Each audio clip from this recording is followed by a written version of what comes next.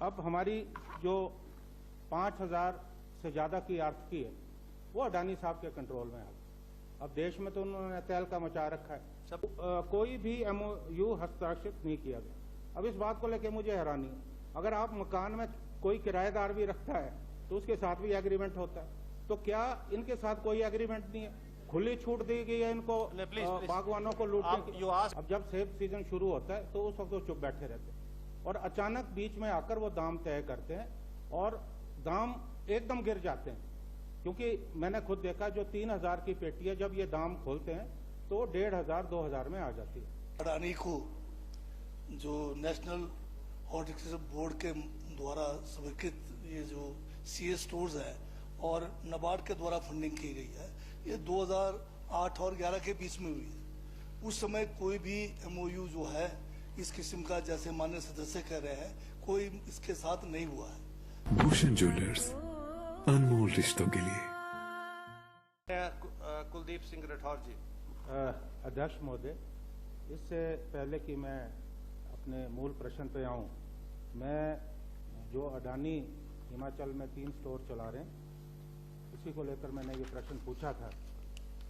मैं संक्षिप्त पृष्ठभूमि में जाना चाहता हूँ। डॉक्टर मनमोहन सिंह जब देश के प्रधानमंत्री थे तो सीए स्टोर के लिए जो है सब्सिडी प्रदान की गई। अडानी ने इस स्कीम का फायदा उठाते हुए जो है हिमाचल में सीए स्टोर के लिए अप्लाई किया और 2006 में पित्थल, जो मेरे चुनाव क्षेत्र में आता है, वहाँ पहला सीए स्टोर स्थापित किया गया। और उस समय जो प्रदेश के मुख्यमंत्री माननीय श्री वीरभद्र सिंह जी, उन्होंने पूरा सहयोग दिया, क्योंकि उस वक्त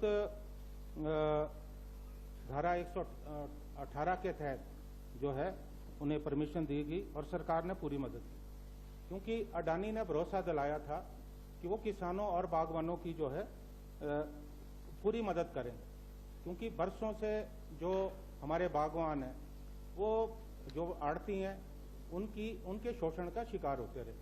तो उस वक्त उन्होंने भरोसा दिलाया कि वो इस शोषण से जो है निजात दिलाएंगे, लेकिन हुआ इसका उल्टा।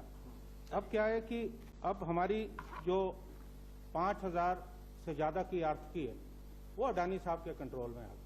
अब देश में तो उन्होंने तहलका मचा रखा है। Supplementary please. Hello, supplementary. मैं क्वेश्चन पे आ रहा हूँ, but let me explain few points. Let me, I am coming to my point. Please. तो अब क्या होता है अध्यक्ष महोदय, जब सेब सीजन शुरू होता है, मेरे मित्रों को पता नहीं क्यों आपत्ति हो रही है। चलिए आप पूछिए इनको। मैंने किसी पे कोई आक्षेप नहीं किया। Please no interruption please. Let me. और माननीय पूर्व मुख्यमंत्री जी ये भी बागवान है, प्लीज। और उधर जो बैठे हैं हमारे विपक्ष में, उनमें से बहुत से लोग हैं। मैं सिर्फ ये कहना चाहता हूँ कि हो क्या रहा है, जब सेब सीजन शुरू होता है, पहले ये प्रथा रिवायत थी कि अडानी साहब दाम तय करते, अब बाद में उल्टा हो गया। अब जब सेब सीजन शुरू होता है तो उस वक्त वो चुप बैठे रहते हैं और अचानक बीच में आकर वो दाम तय करते हैं और दाम एकदम गिर जाते हैं, क्योंकि मैंने खुद देखा जो 3,000 की पेटी है जब ये दाम खोलते हैं तो 1,500-2,000 में आ जाती है। और 2 वर्ष पूर्व जब मैं प्रदेश कांग्रेस का अध्यक्ष था, हमने तो धरना दिया, प्रदर्शन किया इनके सीए। हाँ, अब क्वेश्चन क्या है, मेरा प्रश्न ये है कि दूसरे भाग का जो उत्तर आया है उसमें ये कहा गया है, मैंने ये पूछा था कि MOU जो मेमोरेंडम ऑफ अंडरस्टैंडिंग, इसकी जो कॉपी है वो सभा पटल पे रखी जाए, क्या नियमों की पालना हो रही है? अब इसका उत्तर माननीय अध्यक्ष महोदय क्या आया कि कोई भी MOU हस्ताक्षरित नहीं किया गया। अब इस बात को लेकर मुझे हैरानी है, अगर आप मकान में कोई किराएदार भी रखता है तो उसके साथ भी एग्रीमेंट होता है, तो क्या इनके साथ कोई एग्रीमेंट नहीं है? खुली छूट दी गई है इनको बागवानों को लूटने की। You ask whether the government is. हाँ, मैं बिल्कुल ये किसानों और बागवानों की शोषण की बात है, और हिमाचल सेब राज्य के रूप में गिना जाता है, और इस तरह की बिल्कुल शोषण बर्दाश्त नहीं होगा। मेरा माननीय कृषि मंत्री जी से निवेदन है कि अगर आपने कोई एमओयू उनसे सपोज साइन नहीं है, अब तो मुझे लगता नहीं ऐसा नहीं है, ये सूचना छुपाई जा रही है। अगर वास्तव में नहीं है तो आप जो है उनके साथ कोई MOU करेंगे? बिल्कुल बिल्कुल करें, क्योंकि किसानों और बागवानों का जो शोषण हो रहा है वो बिल्कुल बंद होना चाहिए। मान्य मंत्री जी, MOU, whether the government intends to sign any MOU with the माननीय अध्यक्ष महोदय, So as ये to prevent- जो अडानी को जो नेशनल हॉर्टिकल्चर बोर्ड के द्वारा स्वीकृत ये जो सीए स्टोर्स है और नाबार्ड के द्वारा फंडिंग की गई है, ये 2008 और 11 के बीच में हुई है। उस समय कोई भी एमओयू जो है इस किस्म का, जैसे माननीय सदस्य कह रहे हैं, कोई इसके साथ नहीं हुआ है। बाकी अगर कोई अन्य जो कोई ये बताना चाहते हैं, कोई सूचना चाहते हैं, तो हम कोई भी सूचना हम छुपा नहीं रहे।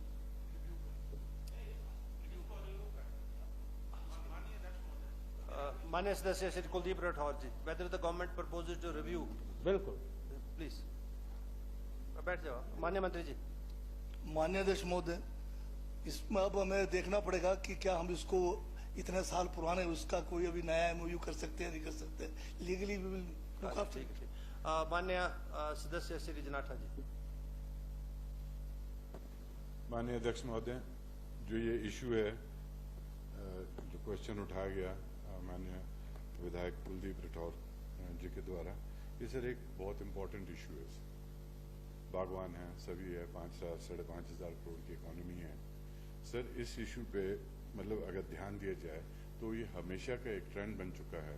जब हमारा सीजन आता है, यहाँ पे मैक्सिमम बागवान बैठे हैं, तो लगभग उस टाइम सारा पहले माननीय ठाकुर साहब, लीडर ऑफ अपोजिशन, इनका एरिया स्टार्ट होता है और कुछ एक एरियाज जो मिडिल में आते हैं, उन दौरान मार्केट सस्टेन मतलब अपने आप को सस्टेन करती है। तो हम कहते थे कि जो मिडिल मैन का इसमें बड़ा भारी रोल रहता है, ये है, and we were always blaming them sir. पर अब क्या है सर, इसमें जब से अडानी अपने रेट्स खोलता है, मैक्सिमम एरिया आपका मिडिल लो बेल्ट फारिग हो जाती है, मिडिल बेल्ट स्टार्टिंग होती है उस टाइम से। तो उस टाइम प्रैक्टिकली क्या होता है, जब अडानी अपने रेट्स खोलता है तो सारी की सारी मार्केट आपकी स्लम कर जाती है। तो मिडिल वाले को कभी इस पे रेट्स नहीं मिलते, हायर एंड पे रेट्स नहीं मिलते। तो हमारा ये कहने का मतलब है, जो ये क्वेश्चन इन्होंने पूछा, इनको मैं सपोर्ट इसलिए कर रहा हूँ कि जैसे हमारे हॉर्टिकल्चर मिनिस्टर है ना सर, अगर आपने ये सूचना अगर आपने यहाँ पे रखी है, पटल पे रखी है कि कोई एमओयू नहीं साइन हुआ कोई, पर I don't think so sir, ये गलत बात है। ऐसा नहीं हो सकता कि किसी भी चीज के लिए आपको एक एमओयू तो साइन करना पड़ेगा। कोई कंट्रोलिंग बॉडी तो सरकार की कुछ ना कुछ तो पकड़ किसी न किसी के ऊपर होनी चाहिए।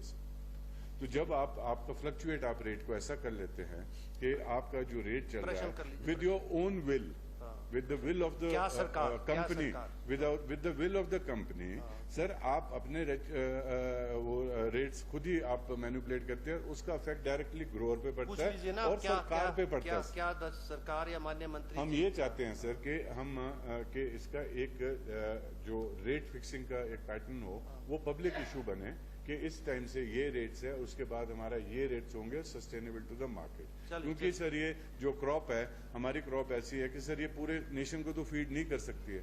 हिमाचल से हद से ज्यादा 3-4 करोड़ पेटी जाती है, कश्मीर से 10 करोड़ पेटी जाती है ना। अगर ये सेंटर के प्रीव्यू में भी आता है सर, ये जैसे भी आता है, तो स्टेट गवर्नमेंट इसको आगे, हमारी गवर्नमेंट इसको आगे ले जाए और एक कोई कंट्रोलिंग सिस्टम होना चाहिए ताकि सर मार्केट में इतनी फ्लक्चुएशन नहीं आए। Thank you sir. प्लीज माननीय मंत्री जी। माननीय अध्यक्ष महोदय, जो माननीय सदस्य की चिंता है, हाँ, चिंता, उस बारे में मैं ये कहना चाहता हूँ, अगर अडानी जो एपीएमसी एक्ट के तहत अगर कोई वायलेशन हो रहा है या मार्केट में कोई माल प्रैक्टिस कर रहा है, उसके बारे में हम जो है कार्रवाई करेंगे जरूर।